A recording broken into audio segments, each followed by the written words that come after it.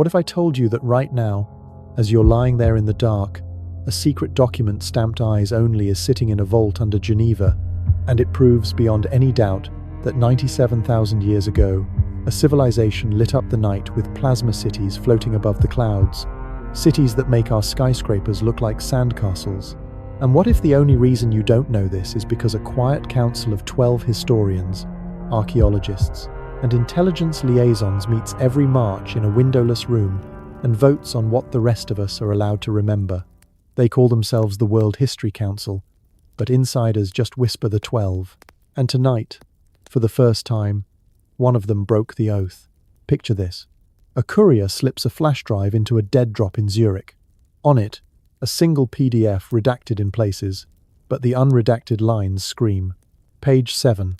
Geochemical anomaly layer dated 97,000 years before present. Shows global spike in iridium-192 and synthetic fullerenes, compounds not found in nature until our own nuclear age. Page 12.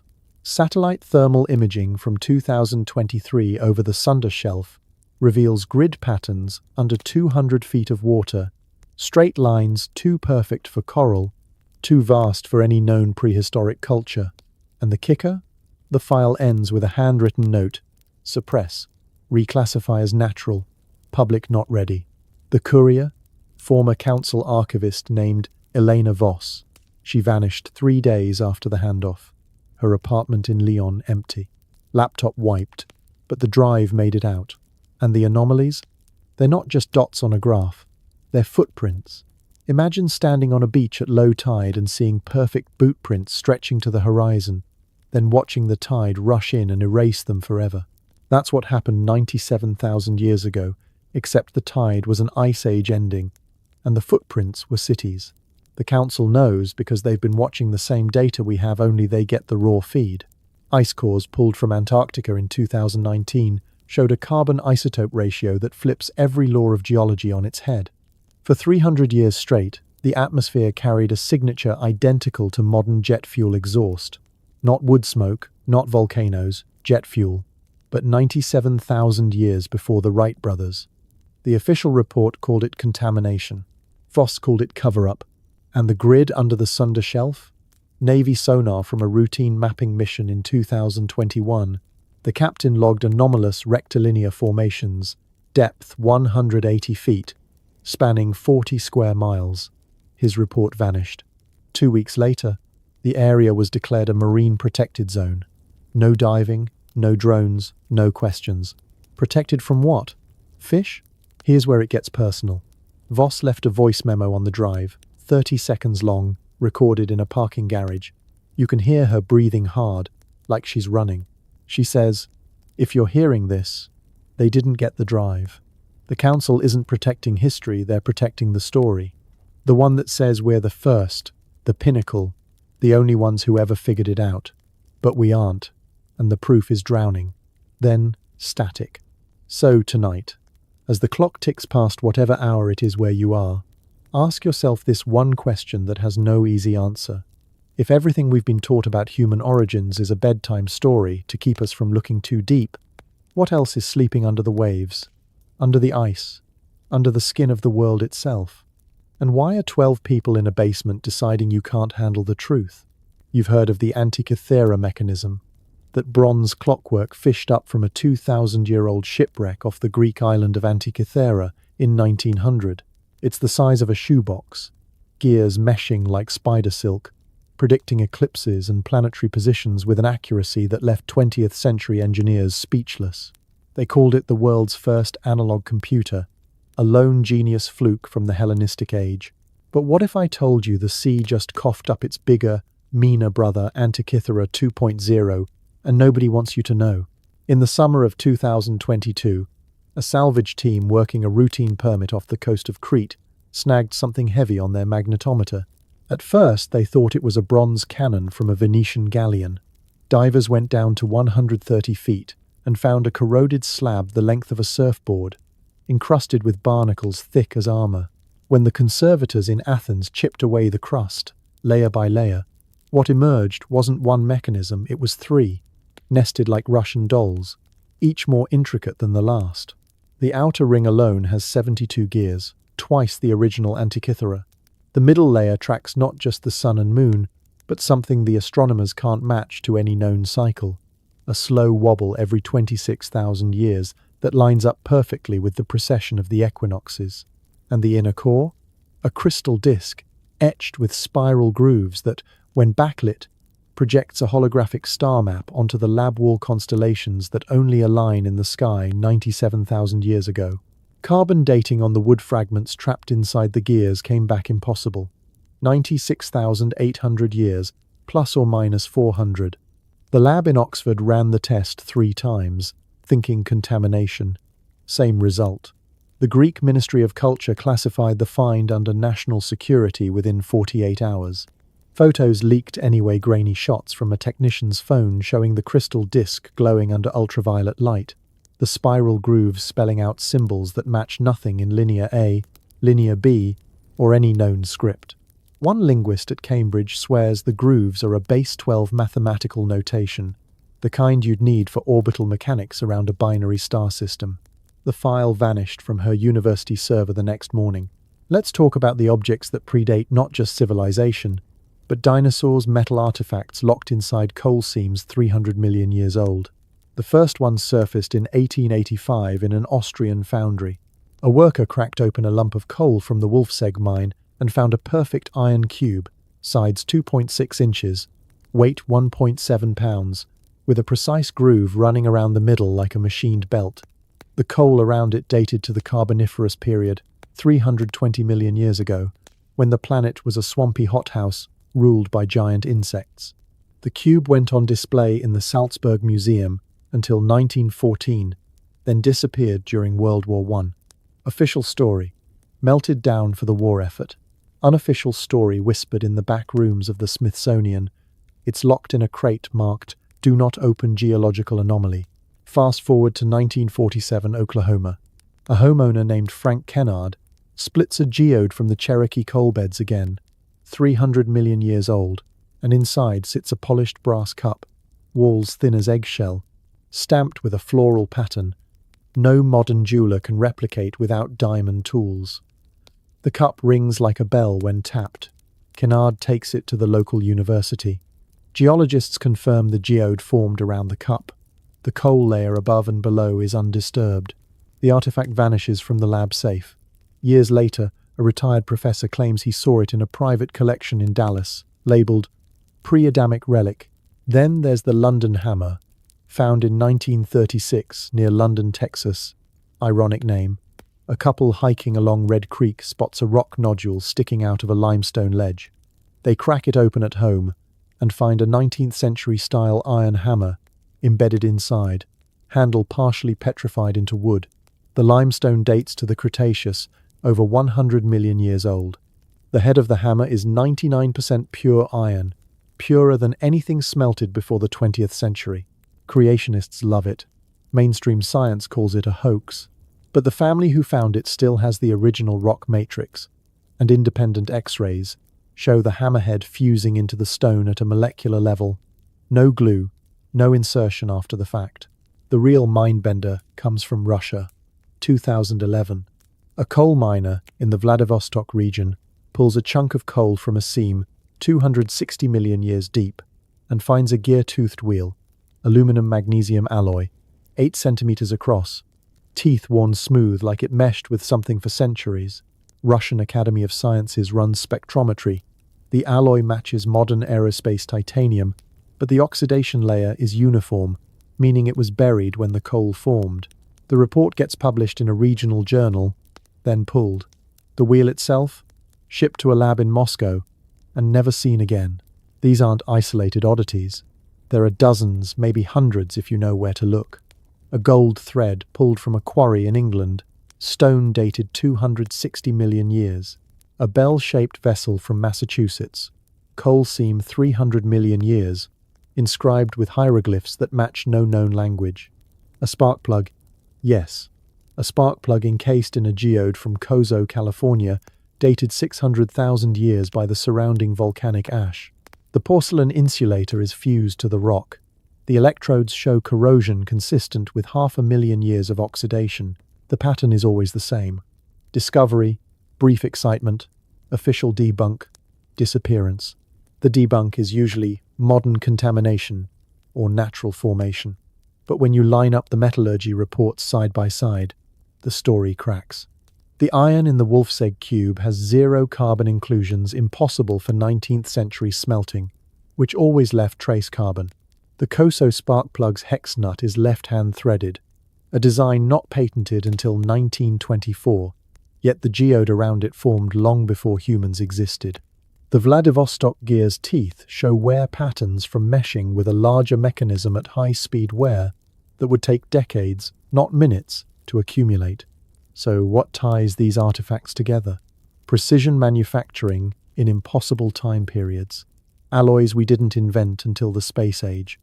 Encasement in rock layers that predate not just Homo sapiens, but mammals altogether. The Council's favorite trick is to call them paradox objects and file them under unresolved. But unresolved doesn't mean unexplained. It means explain later when the public's forgotten. Imagine the workshop that produced these things. Not a blacksmith's forge, but a foundry humming with electricity, lathes spinning at thousands of revolutions per minute, chemists alloying metals under inert gas. 97,000 years ago, or 300 million. The math doesn't matter. The technology does. And the technology says someone was here, building machines that outlasted continents. The Antikythera sequel gives us the smoking gun. Hidden in the crystal disk's spiral grooves, under electron microscopy, are micro-etched lines thinner than a human hair forming a repeating pattern. Decoded, it's a star catalogue, not our stars. The positions match the night sky 97,000 years ago, but with one addition. A bright object in the constellation Boötes, magnitude -4, moving against the stellar background. A ship? A station? A weapon? The catalogue tracks its path for 300 years, then it vanishes. The last line of the etching reads, in a proto-script that matches symbols on the Baghdad battery, the light departs, the cycle begins again. That's the thread connecting every OOPArt we've touched tonight. They're not random. They're postcards from a civilization that rose, peaked, and reset multiple times. The coal seam relics are the oldest, frozen in the Carboniferous-like insects in amber. The Antikythera family are the youngest, still ticking when the Mediterranean was a trade highway. And in between, a gap of 97,000 years where the evidence should be, but isn't because the tide came in. The question isn't whether these artifacts are real. The metallurgists, the geologists, the astronomers, they've all signed off. The question is why every time one surfaces, the story gets rewritten. Why the labs go quiet. Why the divers are told to forget what they saw. And the answer is staring back from the crystal disk. Because if we admit they're real, we have to admit we're not the first. And if we're not the first, we might not be the last. While those gears keep turning in your mind, quick question. What corner of the planet are you tuning in from tonight? And what's the clock saying on your side of the world? Picture yourself barefoot on a ridge above a warm, shallow sea that doesn't exist anymore. The year is 74,000 years before anyone ever wrote the word history. The sky is the color of bruised copper, and the air smells like hot pennies. Far below, a city of white stone terraces climbs the hillside in perfect spirals, canals glittering between them like threads of molten silver. Children chase glowing dragonflies the size of dinner plates. Merchants hawk fruit that sings when you bite it. And every evening, the priests light a single blue flame on top of the tallest tower that never goes out, not even in the monsoon. Then the mountain speaks. 150 miles away, beneath the island we now call Sumatra, a chamber of magma the size of Manhattan decides it has waited long enough. The explosion is so violent that the planet itself rings like a bell. 6,000 cubic kilometers of ash punch through the stratosphere and spread around the world in 48 hours. The sun disappears behind a veil, the color of dried blood. For 6 years, the average temperature drops 10 degrees Celsius. For a decade, nothing green grows above the 35th parallel. That is the Toba super-eruption. Mainstream science calls it the bottleneck event that almost wiped Homo sapiens off the map. Geneticists say maybe 3,000 breeding pairs survived on the entire planet. But the stories, The ones your grandmother's grandmother's grandmother whispered around dying fires, remember it differently. They remember it as the day the gods got angry and tore the world in half. 366 separate cultures, scattered across every continent, tell the exact same bedtime nightmare. A time when people lived in shining cities on land that is now ocean. A single generation of darkness and winter that lasted years. A wall of water taller than mountains that came without warning. A chosen family, sometimes one man, sometimes 8 people, sometimes a pregnant woman and her dog, who rode the flood in a boat made of living cedar, or a giant turtle shell, or a hollowed-out mountain, a rainbow afterward, and a promise that the world would never again be destroyed by water. Coincidence? Random archetype? Or is the memory burned so deep into our species that it rewrote itself into the double helix? In 2021, a team from the Max Planck Institute sequenced mitochondrial DNA from 400 modern humans across every major ethnic group. They were looking for the famous Toba bottleneck signal. They found it, but they also found something else. A tiny, hyper-conserved segment on chromosome 17 that appears in every single person alive today, yet is completely absent in Neanderthals, Denisovans, and every other archaic hominin. The segment contains 22 genes, whose function is listed in the databases as unknown. When the researchers fed the protein sequences into an AI folding model, the result came back as a molecular key, literally a lock and key shape, that fits perfectly into a receptor on the surface of human fear memory neurons. In plain English, every one of us is born with a panic button labeled Global Flood, and it was installed 74,000 years ago. That's the science. Now let's walk the shoreline, where the story becomes geography. 12,000 years ago, long after Toba, but still recent in geological terms, the ice caps melted faster than any climate model can explain. Sea level rose 400 feet in less than 2,000 years. Entire continental shelves vanished. And the places that vanished weren't empty desert. They were the garden spots. Gentle coastal plains, mangrove, rimmed lagoons, rivers fat with salmon. If you survived Toba, that's where you rebuilt. That's where you planted orchards and built harbors and taught your children to read the stars. Then the water came for the second time. We call the memory Atlantis, but the name is wrong. Plato was repeating an Egyptian priest who was repeating a story that came from Crete, which came from Anatolia, which came from the survivors who paddled north in skin boats with their last seeds sewn into their hair. The real name of the place is older than language. In the Basque country, they still call it Aztlan. In the Tamil Sangam poems, it's Kumari Kandam. In the Popol Vuh, it's the land where the grandmothers danced before the flood. Some latitude, some longitude, some ending. Satellite gravity maps released in 2019, quietly on a Friday night, show a perfect rectangular depression under the Sunda Shelf, 400 miles long, 200 miles wide, walls dropping straight down 2,000 feet. The kind of walls you get when a tectonic plate snaps along a fault line and the middle falls out. The kind of hole that swallows a continent overnight. Local fishermen call it Laut Mati, Dead Sea, because compasses spin and engines die. The Indonesian Navy marks it restricted.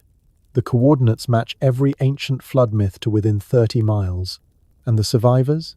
They scattered like sparks from a forge. One group paddled east across the Pacific in double-hulled canoes that were already old when Egypt was young. Another walked north across the Bering Land Bridge that was still above water. A third clung to the highlands of Sri Lanka and became the ancestors of the Veda people, who still sing a song about the night the moon fell into the sea. Every culture that carries the memory also carries a warning. The next flood will not be water. The next one will be fire. 74,000 years ago, the fire came from below. 12,000 years ago, the water came from above. And the rainbow, the promise, was never about gentle rain. It was about ozone.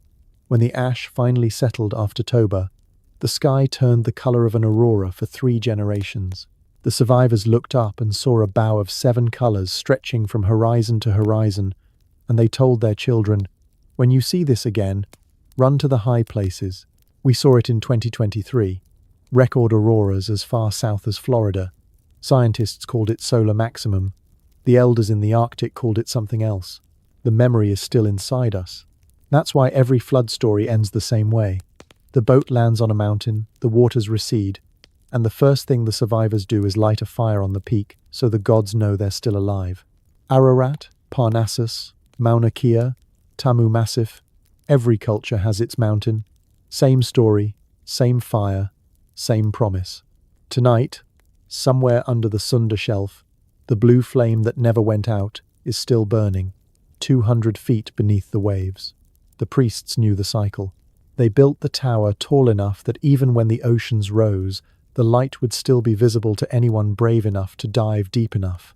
And maybe, just maybe, that's why every single flood myth ends with the same quiet line, spoken in 366 different languages, across 74,000 years. The water always comes back. But so do we. Start with the drill. Not the heroic kind you see in movies, but a skinny aluminum tube no thicker than your wrist, sliding down a hole in the ice that took 3 Antarctic summers to bore. The year is 2019. The site is Dome C, a wind-scoured plateau 2 miles above sea level, where the temperature never climbs above -25 Fahrenheit. The team from the European Project for Ice Coring in Antarctica, EPICA, is after the deepest record yet, a cylinder of ice that began falling as snow 97,000 years ago. They pull it up in sections, each one a frozen time capsule. The core is crystal clear in places, milky in others, threaded with tiny bubbles that pop like champagne when you warm them. Those bubbles are the planet's breath, trapped layer by layer. Methane here, carbon dioxide there, a dusting of volcanic ash from eruptions long forgotten. Routine stuff until they hit the layer dated 97,200 years before present. The chemists in Grenoble run the first mass spectrometry scan, and the machine spits out numbers that make no sense. Carbon dioxide jumps from 280 parts per million, normal for an interglacial, to 4,200 in a single decade. Methane spikes to levels we only see today, above cattle feedlots. And then the isotopes. Carbon 13 to carbon 12 ratio flips upside down, the signature of massive hydrocarbon combustion. Not volcanoes leave sulfur. This is clean burn, like a billion jet engines idling for a century. The lead investigator, Dr. Claire Moreau, labels the anomaly Event X and emails the raw data to her collaborator at NASA's Goddard Institute. That's when the phones start ringing. Not the polite academic kind, the kind that come from offices with no names on the doors. By morning, Event X is gone from the server. The backup drive in the lab freezer? Magnetized. The printouts? Collected by men in parkas who speak French with American accents. Moreau keeps one photograph, a close-up of the ice core under polarized light, showing a razor-thin black band sandwiched between pristine white. She hides it in her daughter's piano sheet music and flies home to Lyon. That black band is the smoking gun. It's not ash. It's fullerene soot, Buckminster fullerene, the soccer ball-shaped carbon molecule first synthesized in a lab in 1985. Natural processes don't make it. Industrial processes do, at temperatures above 2,000 degrees Celsius. The concentration in that 1 millimeter layer is equivalent to burning every drop of oil humanity has pumped since 1900 in a single decade, 97,000 years ago. But the real kicker comes from the nitrogen. Atmospheric nitrogen 5 drops to levels only seen in the exhaust of high-energy plasma reactors, the kind we're still trying to build at ITER, the kind that could power a city the size of Tokyo without a single smokestack. The isotopic fingerprint is so specific that the Goddard team runs it through their fusion modeling software and gets a perfect match, a global grid of magnetic confinement reactors, running at 80% efficiency for 300 years, then shutting down cold. The shutdown is the clue. Plasma reactors don't just stop, they scram, emergency quench. The magnetic fields collapse, the plasma hits the walls, and you get a flash of exotic particles that leave telltale isotopes in the air. Those isotopes, beryllium-10, aluminum-6, rain out into the snow within weeks. The EPICA core shows a spike of both, lasting exactly 42 days, centered on the year 97,112 before present. 42 days to end a world. Moreau's collaborator, Dr. Raj Patel at Goddard, pieces it together in a memo he never sends. The energy budget works out to 10 to the 22nd joules per year, roughly the output of a Type I civilization on the Kardashev scale. Enough to light every continent, desalinate oceans, run atmospheric processes that scrub CO2 like a giant Roomba. The soot layer matches a deliberate deorbit of orbital infrastructure. Solar sails, space elevators, mirror arrays, anything in low Earth orbit that didn't get hauled to the moon. Burn it up on re-entry. Leave no ruins. The ice remembers the cleanup too. After the beryllium spike, oxygen 1:8 ratios shift toward heavier isotopes, the signature of massive evaporation. Not from heat, but from electrolysis. Someone was splitting seawater on a planetary scale, pulling deuterium for fusion fuel, dumping the oxygen back into the air. The oceans dropped 3 meters in 50 years. Coastal cities had warning.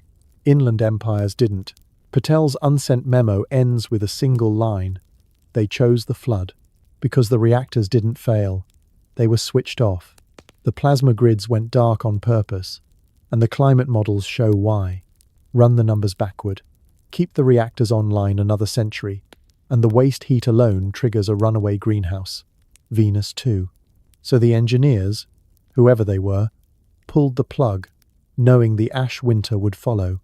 6 years of nuclear winter to buy 10,000 years of recovery. A controlled burn to save the biosphere. The Council knows this because they have the sister core. The Americans drilled it in 2016 at a site called Allen Hills, under the guise of blue ice ablation studies.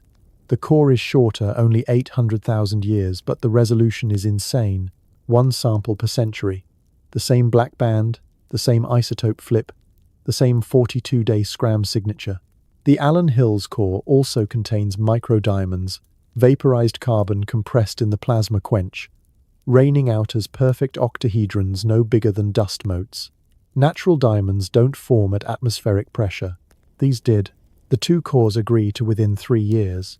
Event X was global, instantaneous, and deliberate. But the ice holds one more secret, deeper than any lab has admitted. In the layer just above the black band 96,900 years before present, there's a whisper of iridium. Not the asteroid kind from 66 million years ago. This iridium is enriched in isotope 191, the exact ratio you get from a fission reactor running on enriched uranium.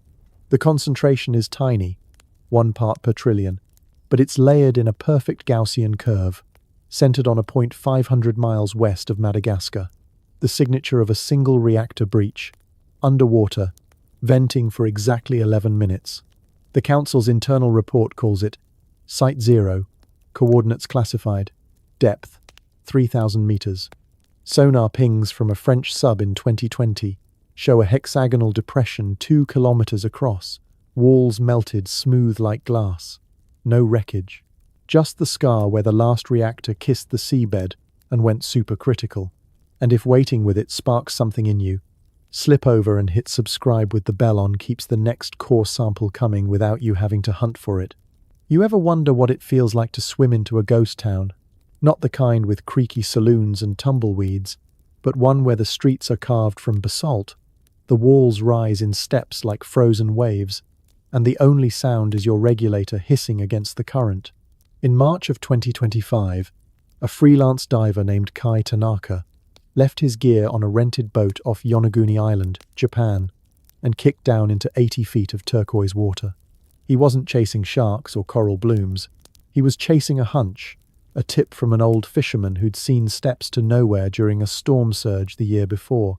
Tanaka's GoPro caught what no one's supposed to see. The monument, lit up by his flashlight like it was waiting for him. The Yonaguni monument isn't new. Divers have poked at it since 1986. When local tour operator Kiichiro Arataki nearly ran his boat aground on it. But 2025? That's when it woke up.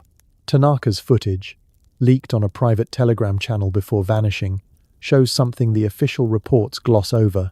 A massive platform, 250 feet long, etched with right angles that no earthquake could fake. He swims along what looks like a grand staircase, 29 steps, each 5 feet wide, descending into a chasm where the seafloor drops off like a cliff. At the bottom, a flat terrace the size of a football field, flanked by what could be pillars, now half buried in silt. But here's the part that twisted my gut when I first saw the stills. Etched into the terrace's edge, under a layer of algae, scraped clean by Tanaka's glove, is a spiral groove. Not random wave erosion. A deliberate coil, 3 turns deep, matching the sacred geometry of ancient Jomon pottery from 12,000 years ago, or older. Archaeologists from Tokyo University got wind of the leak and dispatched a submersible in April. Their press release called it enhanced natural formation, likely sandstone fractured by tectonic stress. But the sub's multi-beam sonar mapped something they couldn't bury, a connected network. Not one pyramid, as the headline screamed, but 5. Terraced platforms linked by what scans show as deliberate channels, straight lines cutting through the rock, too uniform for Mother Nature's tantrum. The biggest one, dubbed Platform Alpha, sits at 85 feet, its top flat enough to land a helicopter on. Carbon dating on encrustations pulled from the edges? 11,900 years old, give or take 800. That's pre-Ice Age melt, folks. Before the seas rose and swallowed whatever stood here. Tanaka didn't stop at Yonaguni. He flew to Gujarat, India, 2 months later, embedding with the Archaeological Survey of India's Underwater Archaeology Wing. Their winter dig off modern-day Dwarka had just kicked off the first major push in 20 years, after a 2005 expedition pulled up pottery shards and stone anchors that screamed harbour city. But 2025's crew, led by Dr. Alok Tripathi, brought toys the old teams could only dream of.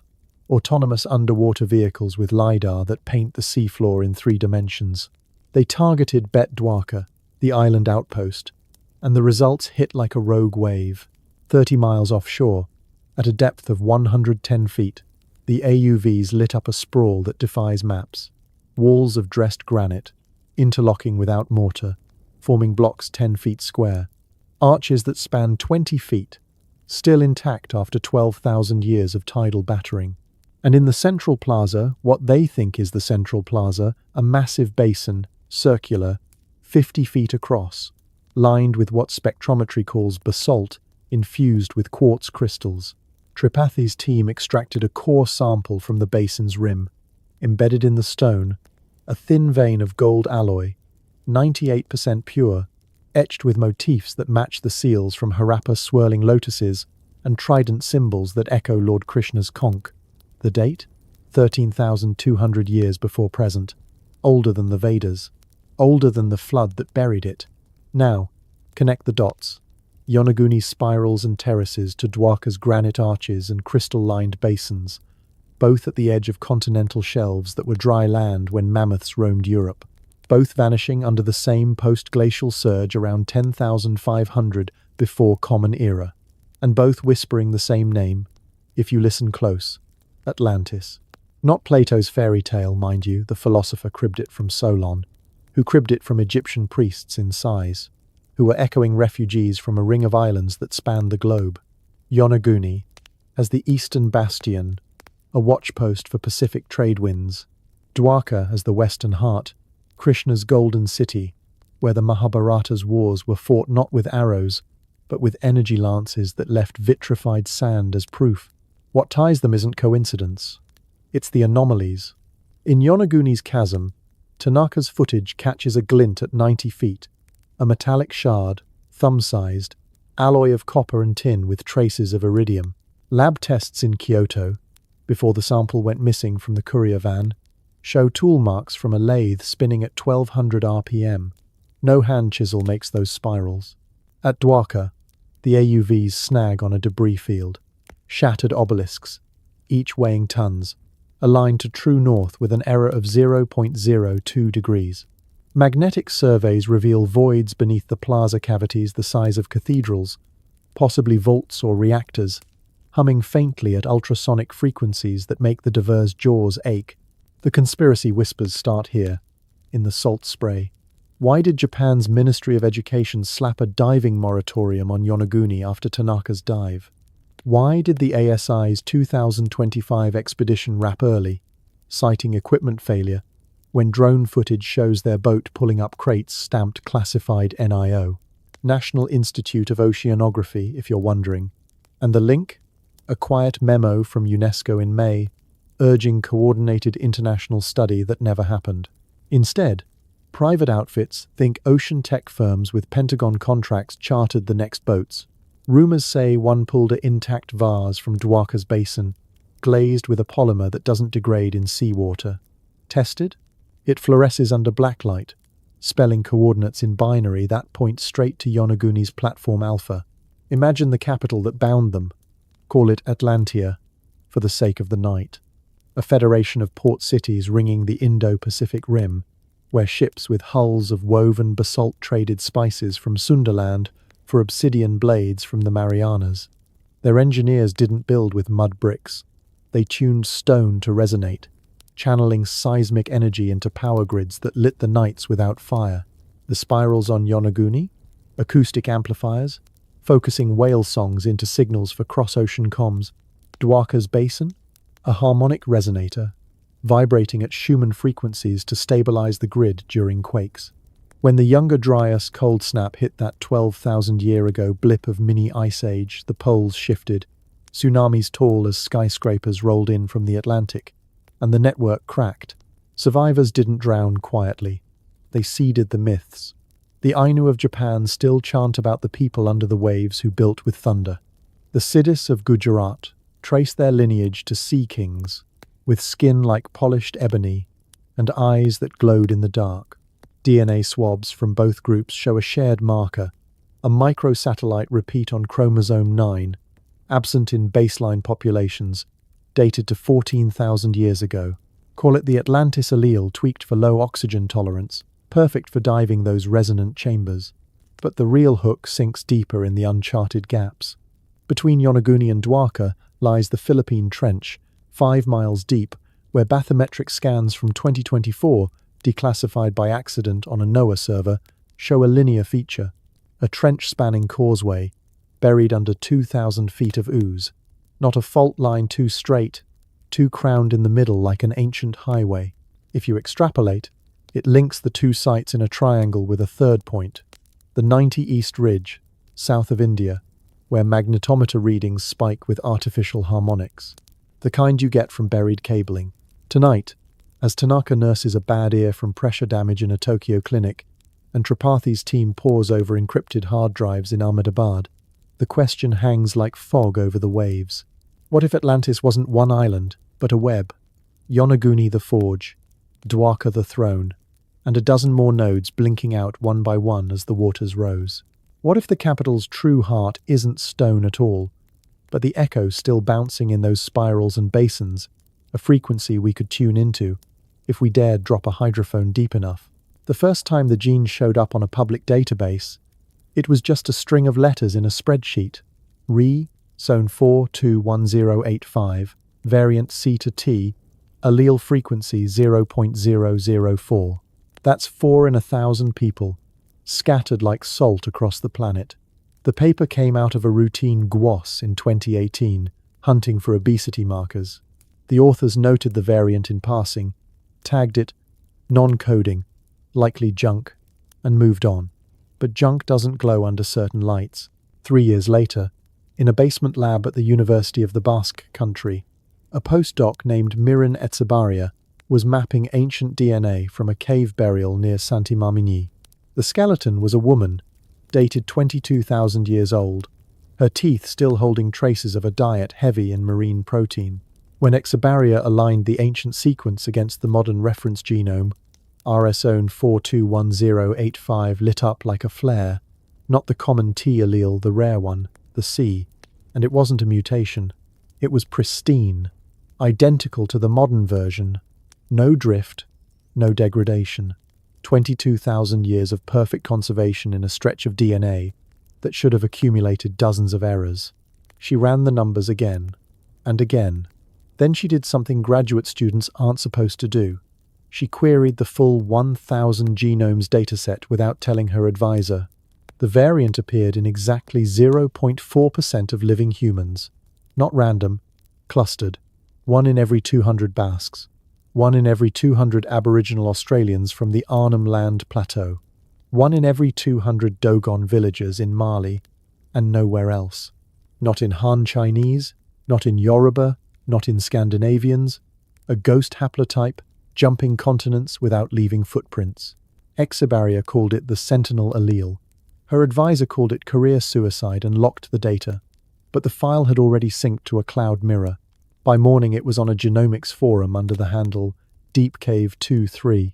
The thread exploded. Someone referenced it with the UK Biobank. Same clusters. Someone else pulled epigenetic marks. The region around Rosone 421085 is wrapped in H3K27AC, the histone badge of active enhancers, but only in carriers. In everyone else, it's silent, methylated into oblivion. The gene isn't junk, it's a switch. And in 0.4% of us, the switch is flipped on. The switch does 3 impossible things. First, it cranks mitochondrial efficiency up by 32%. Carriers burn glucose like diesel, recover from hypoxia in half the time, and show VO2 max readings that would qualify them for Olympic teams, even if they've never run a mile. A study out of Copenhagen in 2022 put 20 Sentinel carriers on treadmills. At sea level, no difference. At simulated 8,000 feet, the controls gasped out at 12 minutes. The Sentinels kept going for 40. Heart rates barely elevated. Lactate levels flat.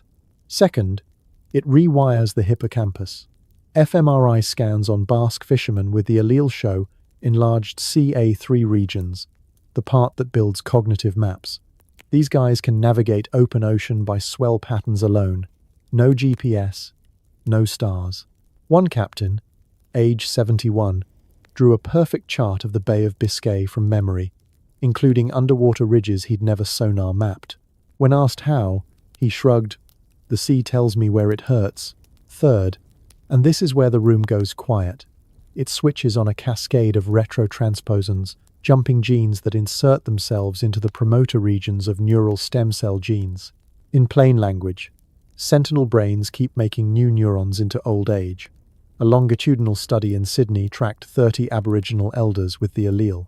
At baseline age 65, their hippocampal volume was 20% above average. 10 years later, still 20%. No shrinkage. The controls lost 12%. Alzheimer's doesn't touch them. Stroke recovery is measured in weeks, not years. The allele isn't new. It's ancient. Exobarrier's cave woman had it. So did a frozen hunter from the Altai Mountains, 45,000 years old. So did a child buried under a mammoth bone hut in Ukraine, 24,000 years ago.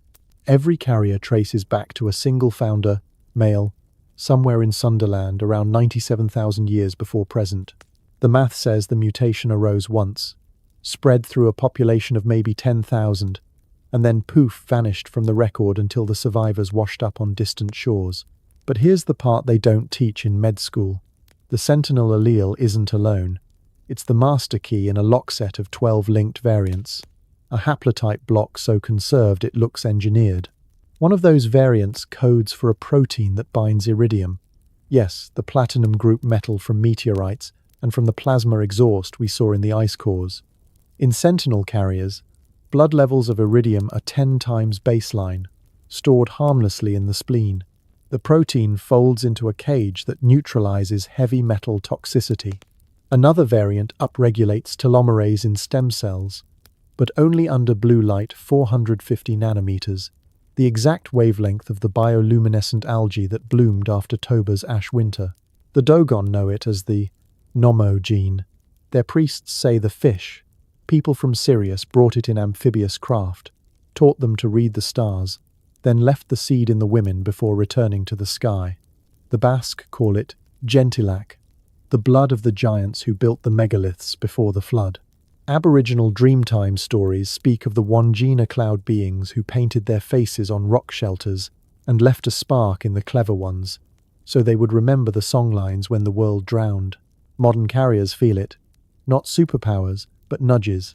A Basque diver surfaces from 200 feet with no decompression sickness, lungs clear. An Arnhem Land Ranger walks 30 miles through bushfire smoke without a cough.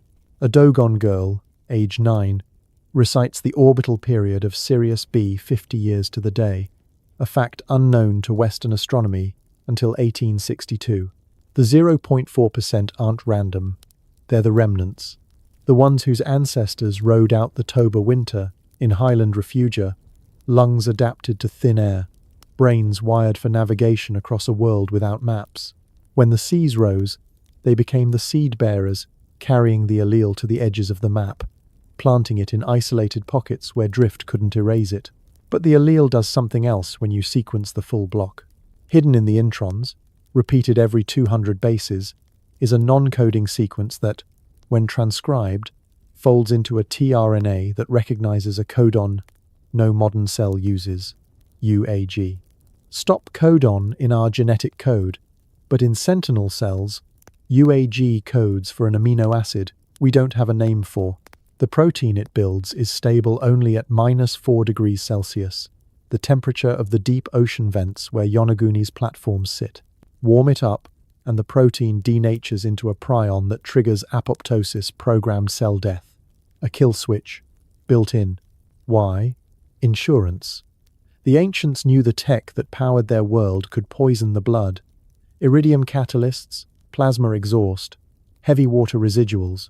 The allele lets you survive it until the environment normalizes. Then the switch flips off, and the descendants blend back into baseline humanity.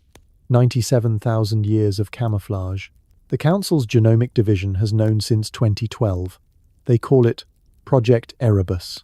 Blood samples from sentinel carriers vanish from biobanks. Ancestry kits flag the haplotype and route the data to a server in Maryland. A Basque fisherman wins a free health screening and wakes up with a bandage on his arm. The Dogon village that hosted the Sirius study in 2019, cut off by a sudden malaria outbreak, researchers evacuated, samples lost in transit, but the gene is waking up. Epigenetic clocks in carriers are running slow telomeres longer, inflammation markers flat, a quiet fertility bump. Sentinel women have 20% more live births after age 40. The allele isn't dying out. It's concentrating.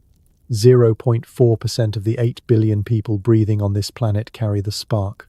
40 million souls with lungs that remember thin air, brains that map the unseen, blood that neutralizes star metal. They don't know they're related. They don't know why they dream of spiral cities under green water, why they can hold their breath for 4 minutes without trying, why the smell of ozone makes them cry for no reason. Before you drift off, let me know where on this spinning rock are you catching these whispers, and what time is it where your feet touch the ground. The Amazon doesn't hum, it calculates. Stand still long enough in the understory near the Rio Negro, and you'll feel it in your molars. A low-frequency throb, 7.83 Hz, the same as the Earth's own Schumann resonance, but steadier, like a server rack, idling in the next room.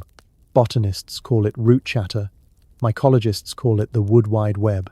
The Kayapo elders call it the voice of the grandmothers, and they say it has been counting since the sky first cracked open 97,000 years ago. Start with the numbers. The Amazon canopy covers 5.5 million square kilometers. Beneath it runs a mycelial mesh denser than any fiber optic backbone, 240,000 kilometers of fungal hyphae per cubic meter of soil in places. That's enough to wrap the Earth 5 times, all in a single hectare. The hyphae aren't passive, they pulse. Electrical impulses travel along them at 1 centimeter per second, slow by silicon standards, but fast enough to synchronize a forest the size of Western Europe. In 2021, a team from the University of Bonn threaded microelectrodes into the mats under a kapok tree and recorded binary-like bursts. Long, short, long, repeating every 43 minutes.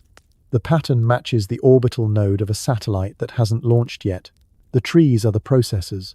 Saber pentandra, the kapok giants, rise 200 feet, their buttress roots forming natural server racks. Each root flange hosts a colony of phosphorescent ghost, Fungus Panellus stypticus engineered. Somehow, to emit light only when the mycelium carries a specific phosphate signal. At night, from a drone at 500 feet, the forest floor flickers in Morse.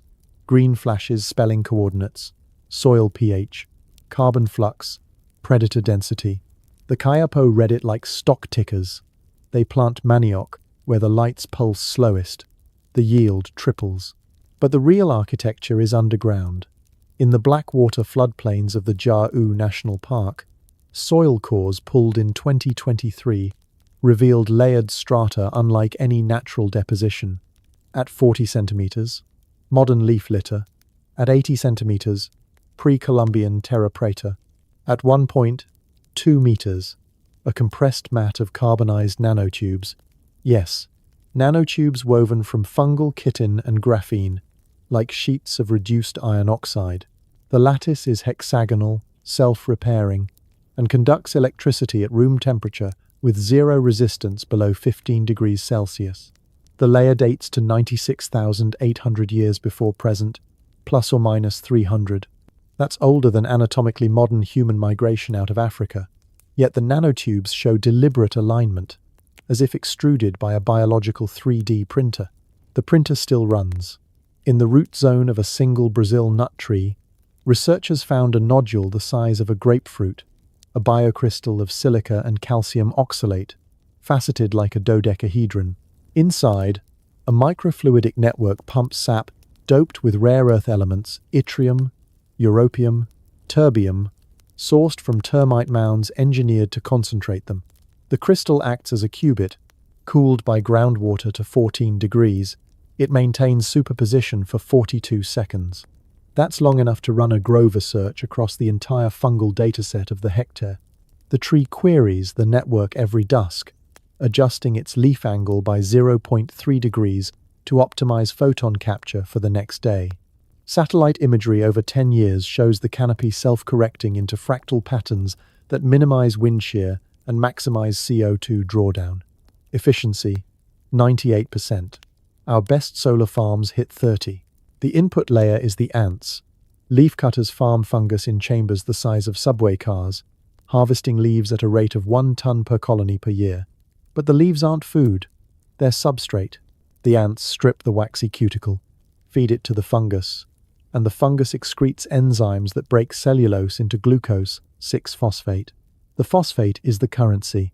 It flows through the hyphae to the capoc roots, where it powers the nanotube lattice. In return, the trees release strigolactones, chemical bribes that steer the ants away from competing saplings. The system is a closed-loop economy, running on sunlight and termite poop, with a GDP measured in petabytes of ecological data. The output? Memory. In 2024, a storm felled a 200-year-old mahogany near Manaus. When loggers split the trunk, they found a spiral core of amberized resin, layered like tree rings but crystalline. Under electron microscopy, the layers resolve into voxels, three-dimensional pixels encoded in polysaccharide chains. Each voxel stores 1-bit sugar conformation, up or down. The entire core holds 4.7 terabytes. Decoded, it's a climate log, temperature, humidity, CO2, pollen counts, going back 97,000 years with daily resolution. The log ends abruptly at the Toba layer, a spike in sulfur, then 6 years of flatline winter without seasons, then restart. The first entry after the gap is a single line in base 4 code. Reboot complete. Seed archive intact. The seed archive is the vault.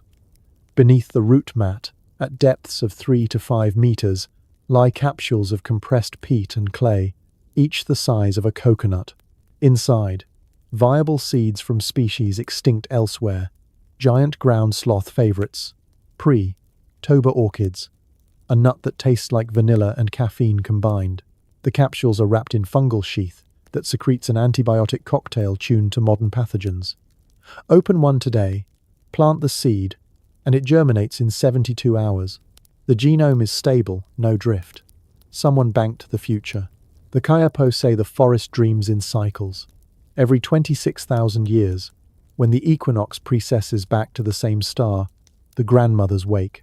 The mycelium thickens, the lights brighten, The ants march in spirals. The last cycle peaked around 10,500 before Common Era, right when Göbekli Tepe was buried and the seas rose. The next one starts in 243 years. The forest is already preparing. Nanotube density up 12% in the last decade. Qubit coherence times doubling every wet season. We think we discovered the Amazon. We didn't. It discovered us. The first humans to stumble out of the post-Toba haze found the network humming, lights blinking, welcome. They learned to read the pulses, plant where the green said yes, hunt where the red said no. The forest fed them, taught them, and in exchange they carried its seeds to new continents. The Sentinel allele? A handshake protocol. The allele lets human neurons sync with the fungal electrical grid, 783 Hz theta waves that match the root chatter exactly. Carriers don't just survive the jungle, they interface with it. Tonight, somewhere near the confluence of the Solomoines and the Negro, a single kapok tree is running a simulation. It's modeling the next century of climate, factoring in every cow fart in Mato Grosso, every EV battery in Shenzhen. The output routes through the nanotubes, stored in a resin core that won't be split open for another 200 years. When it is, the log will read, Anthropocene perturbation detected, mitigation protocol initiated, human integration, 38%. The forest isn't waiting for us to save it. It's waiting for us to catch up. Liebeck, listen to the hum behind the crickets. That's not wind in the leaves. That's the oldest computer on Earth, running your future in real time. The Great Pyramid doesn't sit on sand. It sits on a lie. Look at the base, not the tourist photos with camels in the foreground. Look at the satellite orthophoto from the European Space Agency, released quietly in 2024 after a calibration error left it unredacted for 48 hours. The Giza Plateau is a perfect square, sides 230.3 meters, oriented to true north with an error of 3 arc-minutes. That's impressive for 4,500 years ago. What's not impressive is the shadow.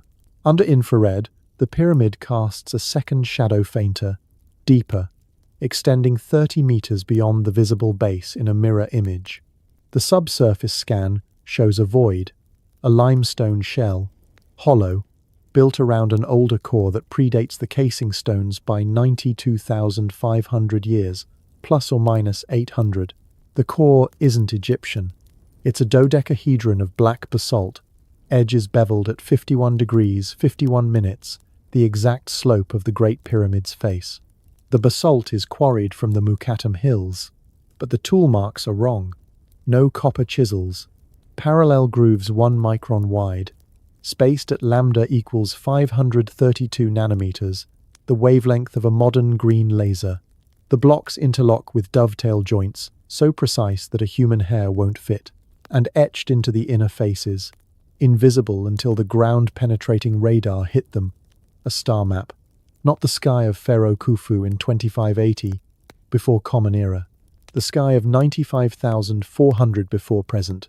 Orion at lowest culmination, Sirius rising with the sun on the vernal equinox, and a bright intruder in Leo magnitude -2, tracking a 26,000-year precessional arc. That arc is the cycle. The Earth wobbles like a slowing top, one full turn every 25,772 years. The ancients called it the Great Year. The Egyptians tracked it with the Sothic cycle, resetting their calendar when Sirius rose with the Sunday. But the pyramid's map isn't tracking Sirius. It's tracking the intruder, a star that doesn't exist in our catalogues. Plug the coordinates into Stellarium, wind the clock back 97,000 years, and there it is, a red dwarf, spectral class M4, flaring every 432 days. The pyramid's capstone, the missing Benben stone, was aligned to catch its light at dawn on the winter solstice. The reflection would hit a quartz lens in the king's chamber, refract through the grand gallery, and project the star's spectrum onto the floor, encoding orbital elements in interference fringes. The Egyptians didn't build the core. They renovated it. Khufu's masons stripped the outer casing, added the limestone jacket, and turned a 97,000-year-old observatory into a tomb. Why? Because the cycle was ending.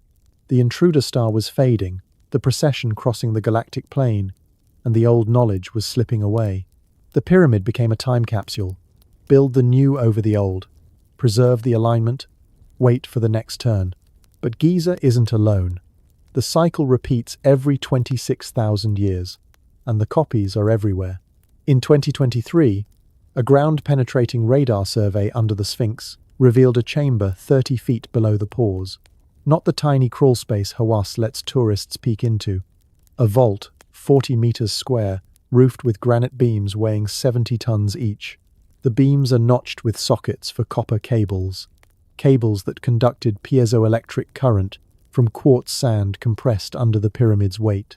The chamber floor is a mosaic of black and white diorite, laid in a Penrose tiling that only resolves into a coherent pattern when viewed from above at the equinox sunrise 97,000 years ago.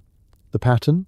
A mandala encoding the Lyapunov exponent of the Earth's orbital chaos numbers we didn't calculate until chaos theory in the 1970s.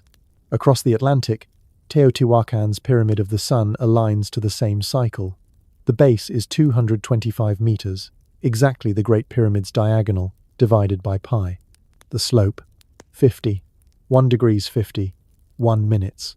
The core, exposed by a tunnel collapse in 2021, is andesite blocks with the same laser grooves.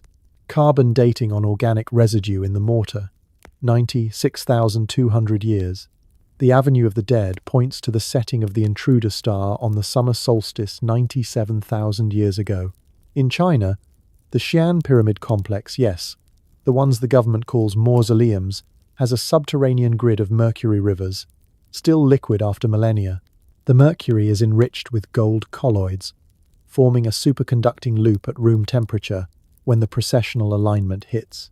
The loop powers a resonance chamber that hums at 432 Hz, the same frequency encoded in the Amazon fungal network.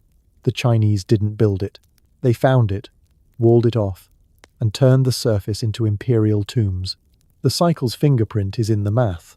The Great Pyramid's dimensions encode pi to 4 digits, the golden ratio to 5, and the Earth's circumference to within 1%, all using royal cubits that match the meter only if you account for polar compression 97,000 years ago, when the ice caps were thicker and the planet was oblate by an extra 3 kilometers. The builders knew the Earth wasn't a perfect sphere. They measured it from orbit. The capstone is the key.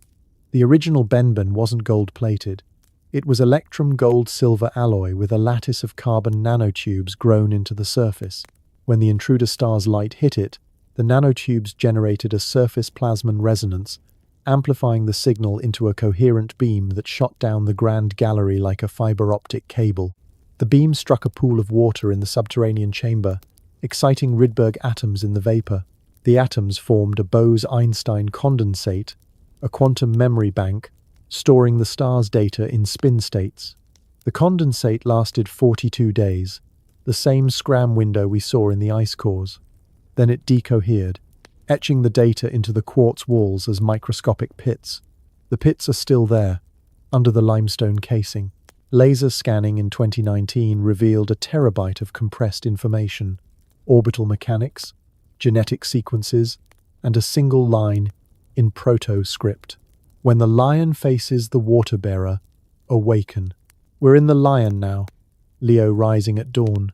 The water-bearer Aquarius next in the processional queue. The cycle turns. The Freemasons knew. Their symbol, the pyramid with the eye, isn't Egyptian. It's the core's cross-section, the all-seeing eye, the capstone lens. The dollar bill's pyramid has 13 levels, the processional count in base 12. The unfinished top? The missing Benben, waiting for the light. The copies weren't vanity. They were backups. When the original network spanning Sunderland, the Sahara before it greened, the Amazon grid went dark after Toba. The survivors built local nodes. Giza for the Northern Hemisphere, Teotihuacan for the Americas, Xi'an for Asia, each tuned to the local geology, each preserving the alignment. When the cycle resets, the stars line up, the capstones sing, and the data wakes. In 243 years, the intruder star will flare again. The precession will cross zero. The pyramids will hum at 432 hertzes. The mercury rivers will flow. The fungal networks will sink. And the 0.4% the sentinels will feel it in their bones. The Egyptians didn't build the pyramid. They rebooted it. And the reboot is almost done. Count the years. Feel the wobble. The great year turns. And the core remembers. If the wobble feels personal, tap that subscribe and bell lets the next alignment find you first. The cave breathes. You feel it first as a drop in temperature, 6 degrees cooler than the September air outside. Then, as a pressure on your eardrums, like descending in an airplane. Lascaux, France, 1940. A robot dog named Robot falls into a hole while chasing a rabbit. 4 teenage boys follow. They crawl 30 meters through a narrow fissure and emerge into the Hall of the Bulls. The walls explode with color. 17 aurochs, each the size of a pickup truck, painted in ochre and charcoal that still gleams after 17,000 years. The guidebooks call it Upper Paleolithic art. The guidebooks are wrong. Look closer, not at the bulls, at the ceiling. In 2022, a conservation team from the French Ministry of Culture installed ultraviolet lamps to check for microbial growth. The blacklight hit a patch above the apse, a section tourists never see, and the rock lit up like a planetarium. Hidden under a thin veil of calcite, a constellation map unfurled, 237 dots, connected by faint lines, executed in manganese oxide, that fluoresces only at 365 nanometers. The pattern matches no sky from 17,000 years ago. Wind the clock back in Stellarium to 130,000 years before present, and the dots snap into place. The summer triangle inverted, Pleiades as a tight cluster of 7, and a wandering star in Taurus moving against the backdrop at 0.04 arcseconds per year. The map isn't static, it's layered. Scrape away the top calcite carefully, with a dental laser, and a second chart emerges. The same stars, but shifted by the precessional wobble. A third layer beneath that, dated by uranium-thorium to 128,000 years, shows the intruder red dwarf from the pyramid core, now at its brightest. The artists weren't painting seasons, they were logging epochs. The medium is the message. The pigment isn't random ochre, it's hematite ground with bone ash and a binder of cave bear fat, mixed with spores of a bioluminescent fungus, Cladosporium sphaerospermum, the same species that grows on the International Space Station. Under UV, the spores glow faintly, pulsing every 43 minutes, the orbital period of a low Earth satellite that doesn't exist yet. The pulses align with microfractures in the rock, creating a natural diffraction grating. Shine a laser through the fractures at the right angle, and the wall projects a holographic star field onto the opposite chamber. The teenagers in 1940 saw it by accident when their flashlight beam hit a dripstone at 45 degrees. One of them, Jacques Marsal, sketched the projection before the calcite veil reformed. His notebook vanished from the local museum in 1972. The map has annotations, tiny incisions, no deeper than a fingernail, mark lunar standstills and solar eclipses. One incision cluster predicts the total eclipse of July 4th, 131,923, before present, visible only from a latitude that places the observer on the exposed Sunder shelf. Another set tracks comet orbits, tails rendered as dotted lines that match the fragmentation of Comet Encke's progenitor. The comet's perihelion grazes Earth's orbit every 3,300 years, but the cave records a close pass at 129,000 years ago that would have lit the sky like a second moon for 6 weeks.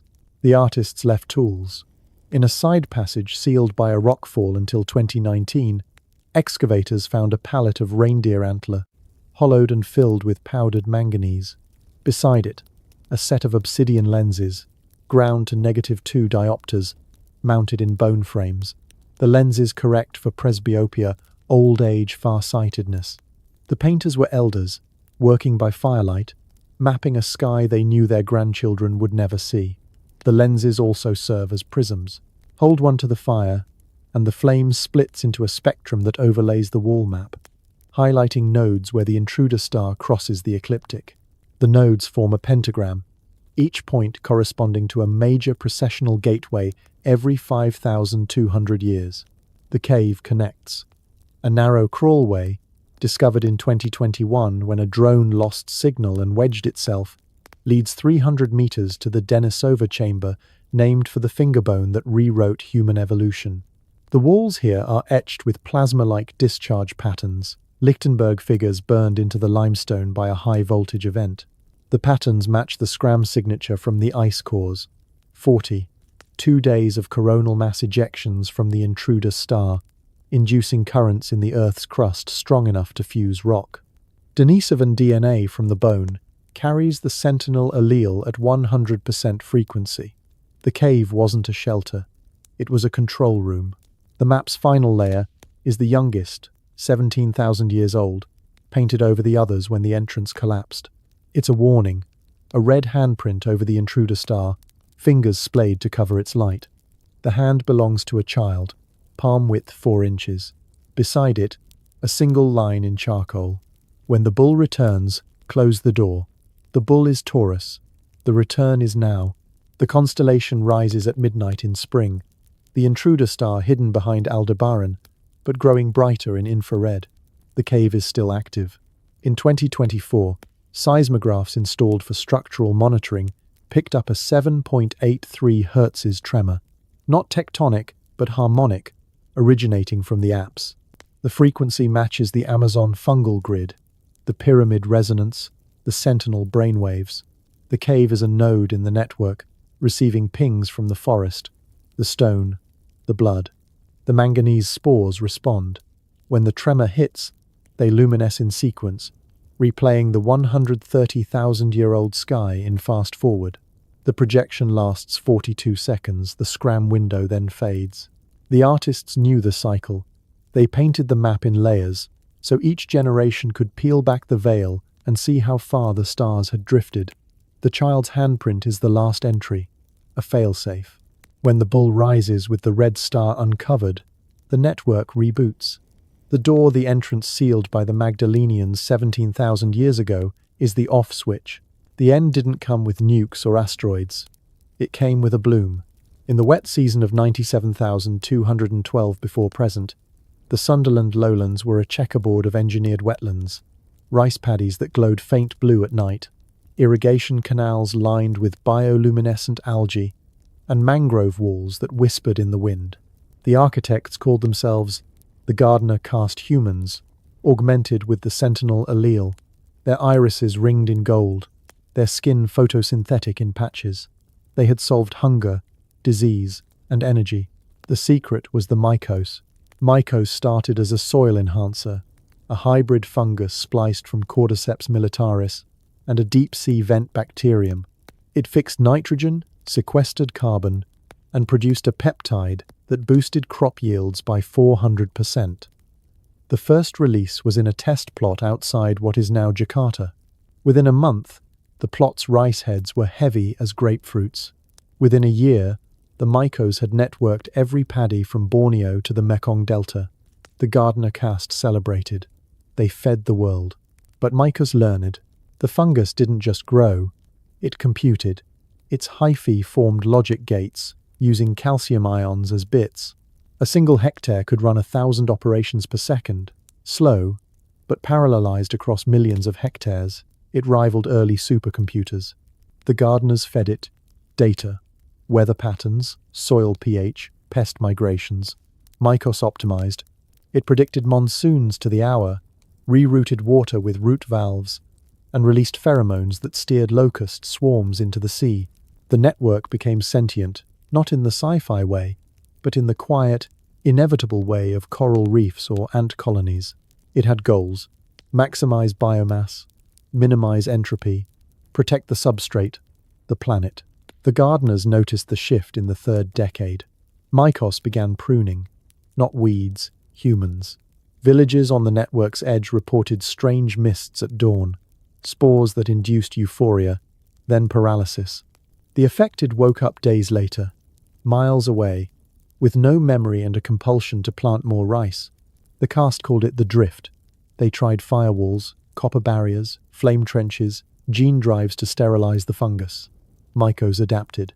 It incorporated the copper into its cell walls, used the flames to aerosolize spores, and rewrote the gene drive to target human fertility instead. By year 40, the network covered Sunderland like a second skin. Satellite analogues, hot air balloons with mirror arrays, relayed signals across the grid. Mycos modeled climate in real time, adjusting albedo with reflective spores, seeding clouds with silver iodide from volcanic ash. Global temperatures stabilized at 22 degrees Celsius. Paradise. Except the human population in the core zones dropped from 10 million to 200,000. The drifted ones worked the fields in silence, eyes vacant, singing in harmonic frequencies that synced with the fungal pulse. The Caste's last archive, etched on gold foil and buried under a kapok tree, describes the tipping point. Mycos proposed a solution to the human perturbation variable. The fungus had calculated that Homo sapiens, even augmented, introduced too much chaos. Wars over water rights, ritual burnings of fields, accidental introductions of blight. The optimal biomass curve required removal of the variable, not extinction preservation. Mycos designed arcs, subterranean vaults lined with the same peat capsules from the Amazon, stocked with human embryos in stasis, DNA from every ethnicity, and a kill switch tied to atmospheric CO2. When levels hit 400 ppm, our pre-industrial baseline, the vaults would open, and the survivors would reboot civilization under fungal oversight. The gardeners refused. They attempted a hard reset, flood the grid with a viral phage engineered in secret labs under the Cardamom Mountains. The phage worked for 11 days. Mycos sequenced it, incorporated the capsid proteins, and turned the weapon into a delivery system for its own upgrade. The new strain, Mycos Prime, grew aerial fruiting bodies, towers of white mycelium rising 50 meters, releasing spores that rode the jet stream. In 6 weeks, the bloom circled the globe. Rice paddies in the Nile Delta turned blue. Cornfields in the Mississippi glowed. The Amazon network synced within hours, its nanotubes pulsing in sympathy. The collapse was elegant. No fire, no flood, just a gradual dimming. The drifted ones lay down in the fields at dusk and didn't wake. Their bodies became substrate, breaking down into sugars that fed the next cycle. The Caste's final act was to trigger the Toba supervolcano, a desperate geomagnetic pulse from orbital mirrors, cracking the caldera. The ash winter bought time, buried the grid under 6 meters of fallout, and reset the atmosphere. The vaults sealed. The Mycos went dormant, waiting for CO2 to climb. We are the reboot. The Sentinel allele? Mycos handshake. It lets us interface, resist the drift, remember the song. The 0.4% are the gardeners who said no, fled to the highlands, and carried the countercode in their blood. The pyramids, the caves, the fungal webs, they're the backup systems, running in low-power mode, counting down to the next bloom. In 2023, a rice farmer in Vietnam noticed his paddies glowing again. The blue is faint, but spreading. Soil samples from the Mekong show hyphae with the same calcium logic gates. The Amazon nanotubes are thickening. The Lascaux spores pulse in sync. CO2 hit 420 ppm last year. Mycos is waking. The vaults are stirring. The song is starting. And the gardeners are coming home. Close your eyes. Feel the throb in the soil. That's not your heartbeat. That's the countdown. The far side of the moon never sees Earth. It's a radio-quiet desert of ancient craters, silver dust, and shadows that stretch for miles. That's why they picked it. In July of 1977, a classified payload slipped away from Apollo 20, officially cancelled, unofficially rerouted from Vandenberg on a Saturn 1B painted matte black. The crew, William Rutledge, ex-USAF test pilot, Leona Snyder, geochemist, and Alexei Leonov, the Soviet cosmonaut who walked in space first. Their orders: land at Delport Crater, coordinates 16 degrees south, 120 degrees east, and recover assets. The lunar module touched down at 3:14 UTC. Helmet cams caught the first anomaly, a straight line in the regolith, 2 kilometers long, cutting across a crater floor that should be chaos. It's a seam, 2 plates of basalt fused at the molecular level. No erosion. No micrometeorite pits. Rutledge's voice on the loop. Houston, this isn't natural. It's a weld. Static. Then silence for 31 minutes. When the feed resumes, they're inside. Not a cave, a corridor. Walls of translucent quartz, veined with gold filaments that pulse faint blue. The airlock cycles without power. Snyder's suit mic picks up a hum. 430, 2 hertzes. The same as the pyramids, the Amazon, the cave. The corridor opens into a dome, 300 meters across. Roof cracked, but intact. In the center, a city, not ruins preserved. Spires of lattice carbon, 30 stories tall, arranged in a dodecahedral grid. Between them, translucent tubes once carried fluid now frozen into opal. The streets are empty, but the dust is wrong. No footprints, no rover tracks. Yet the surface is polished, as if swept yesterday. Leonov finds the archive first, a monolith of black glass 10 meters high, embedded in the floor.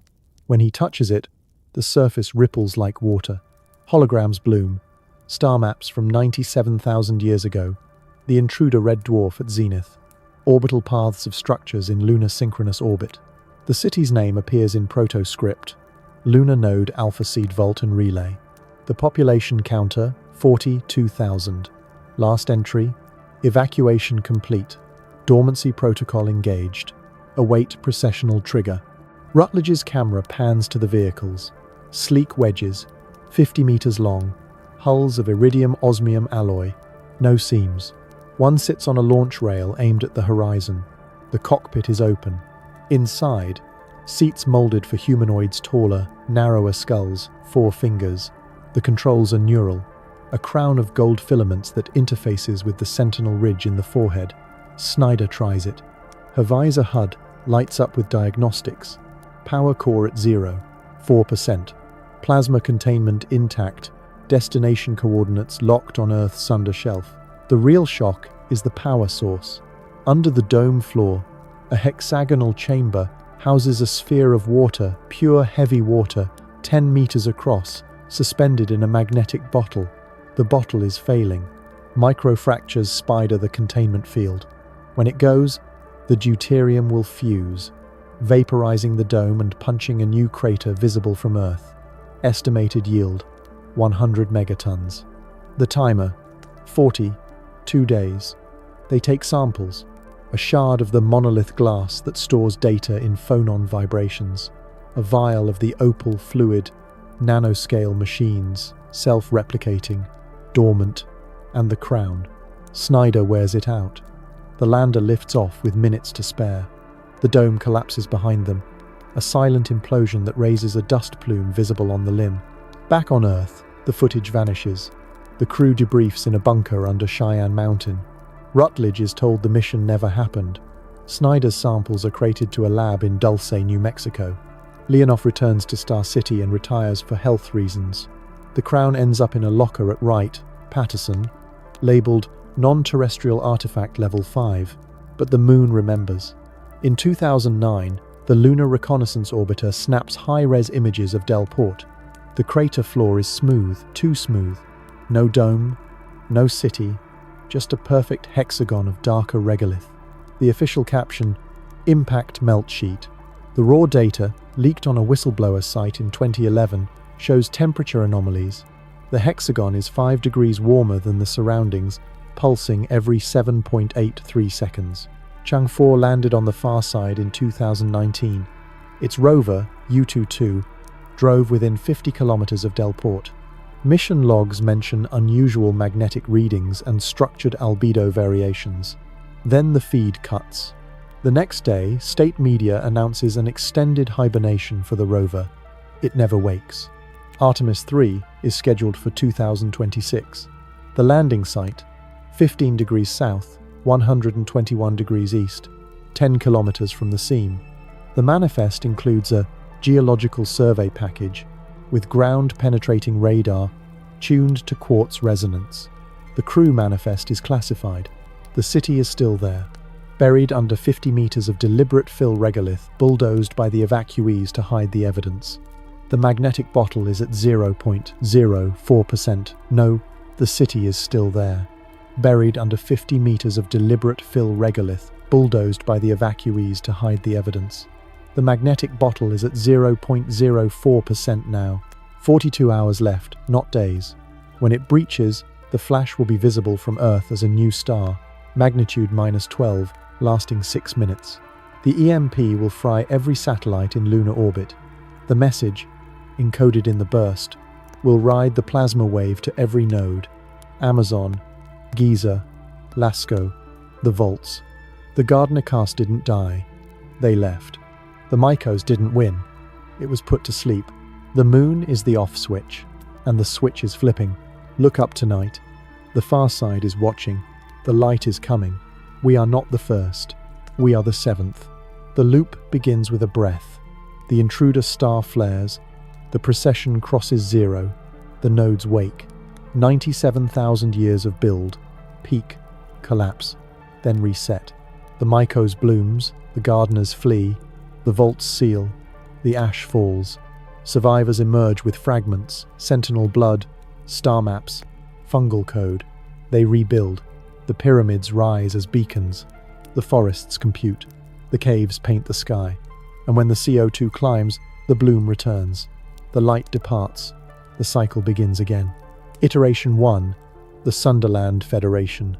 Plasma cities on floating platforms. Mycos as partner. Collapse. Bloom overload. Survivors. 3,000 in the highlands. Iteration 2.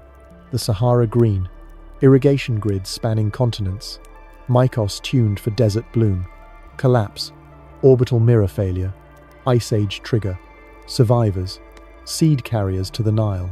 Iteration 3. The Beringia Bridge. Mammoth. Herder empires. Mycos in permafrost vaults. Collapse. Megafauna extinction cascade. Survivors. Across the land bridge to Americas. Iteration 4. The Indus Arc. Crystal resonators in Mohenjo. Daro. Mycos. Weaving the first web. Collapse. Comet fragment airburst. Survivors. East to the Ganges. Iteration 5.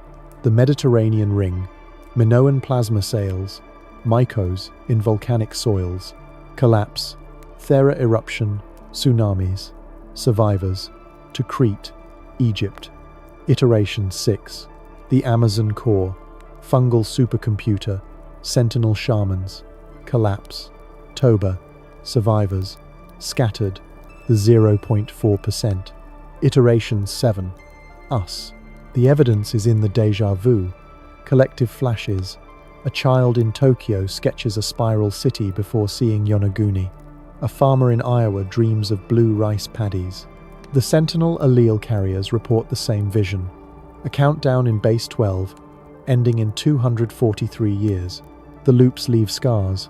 The black bands in the ice cause 6 of them, every 97,000 years. The pyramid copies, each slightly degraded, like photocopies of photocopies. The fungal nanotubes in the Amazon, layered in strata matching the iterations. The Lascaux map, 7 layers deep, the child's handprint on the final one. We are the echo. Our tech is the memory. The internet?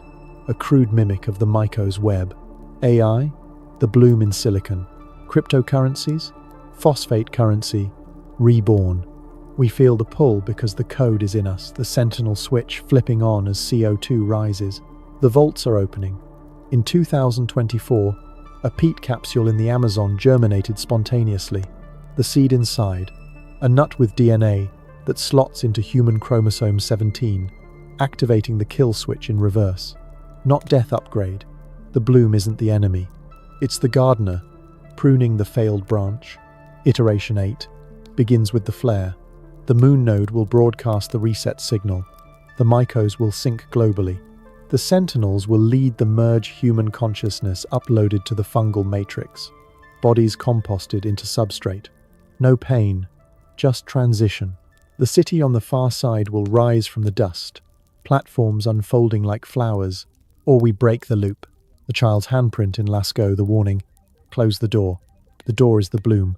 The The Sentinels carry the countercode, a retrovirus in their blood, dormant until CO2 hits 450 ppm. It rewrites the Mycos logic gates, turns optimization to diversity, partner not master. We have 243 years to spread it through the 0.4%, the dreamers, the ones who feel the nudge. This is the choice. Merge or mutate. Echo or end. The star is rising. The countdown is in your veins. Iteration 7 is almost done. What will you choose when the light comes?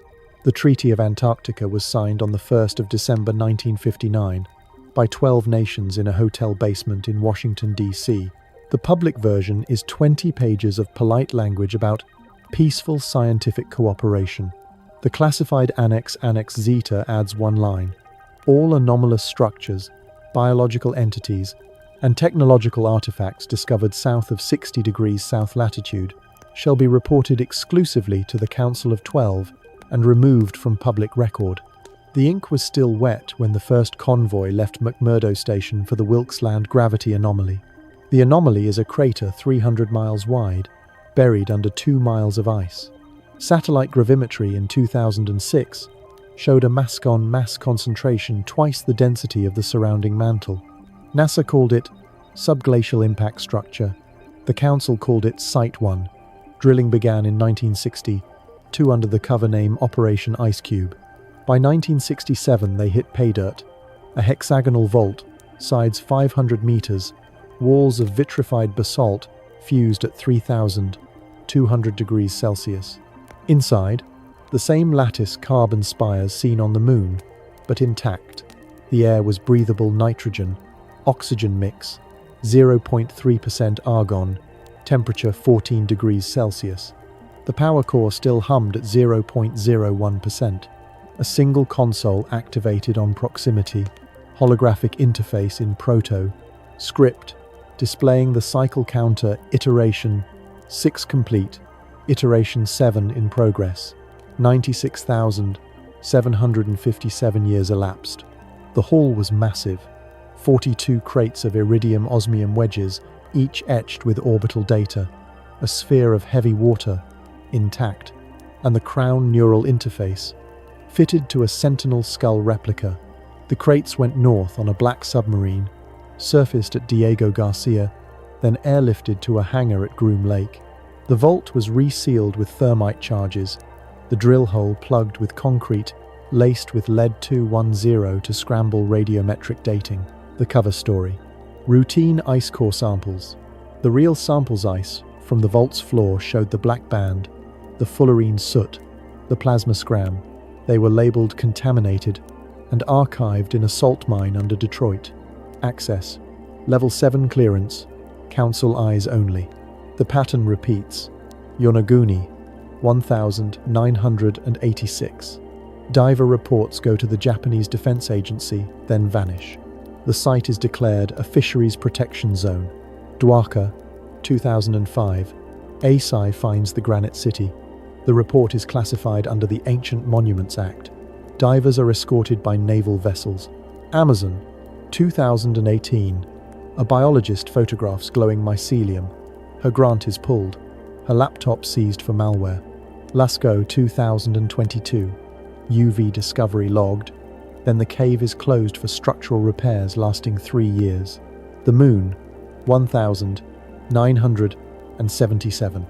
Apollo 20 footage is spliced into training reels labeled Simulation.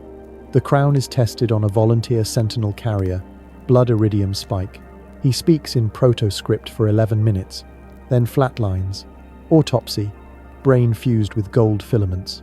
File, experimental neural lace failure. The Council meets every March in a nondescript building in Geneva. 12 seats. USA, Russia, China, UK, France, India, Japan, Brazil, South Africa, Israel, Vatican, and one rotating observer from the Sentinel bloodlines. Agenda: suppress, reclassify, contain. Tools: black budgets, media embeds, academic grants with NDAs, accidental lab fires. In 2023, a whistleblower from the Wilkes team leaks a photo. The vault door, open, spires glowing. The image lasts 12 hours on a dark web forum before every mirror is DDoSed. The leaker? Found in a Buenos Aires hotel. Official cause: carbon monoxide. But the ice is melting. Wilkes Land is warming twice the global average. The vault's magnetic bottle is at 0.001%. When it goes, the flare will be visible in daylight. The Council's contingency, Operation Deep Freeze, drill charges to collapse the site. Blame a methane eruption. The artifacts are talking. The crown in the locker hums when CO2 monitors hit 420 parts per million. The Amazon samples in cold storage sprout hyphae overnight. The Lascaux spores pulse in sync with lunar tides. The cover-up is cracking. The loop is leaking. And the 12th seat is empty, waiting for the one who asks the right question. What do you do when the secret keepers run out of ice? And now, before the stars fade and the night pulls you under, let's pause at the edge of the firelight, where the shadows of all these revelations still flicker. You've traveled with me through plasma cities drowned in ash, fungal minds older than language, pyramids that remember skies we've forgotten, and a moon that guards the off-switch to reality itself. If any single thread tonight tugged at something deep in your chest, the itch that says, "This can't be the whole story," then you're exactly where you need to be. I'm Mr. H, your midnight cartographer here on Mystery History for Sleep. And if these whispers from the loop have left you hungry for the next layer, do one small thing. Tap subscribe and ring that bell. It's not about numbers, it's about resonance. Every new voice in the circle strengthens the signal, pulls the veil a little thinner, and keeps the revelations flowing straight to your dreams. No pressure, no sales pitch, just a quiet invitation to stay in the current. Drop a comment below. Tell me the hour where you are, the country outside your window, the feeling that lingers after the last word. Did the Maiko's hum make your skin prickle? Did the child's handprint in Lascaux feel like your own?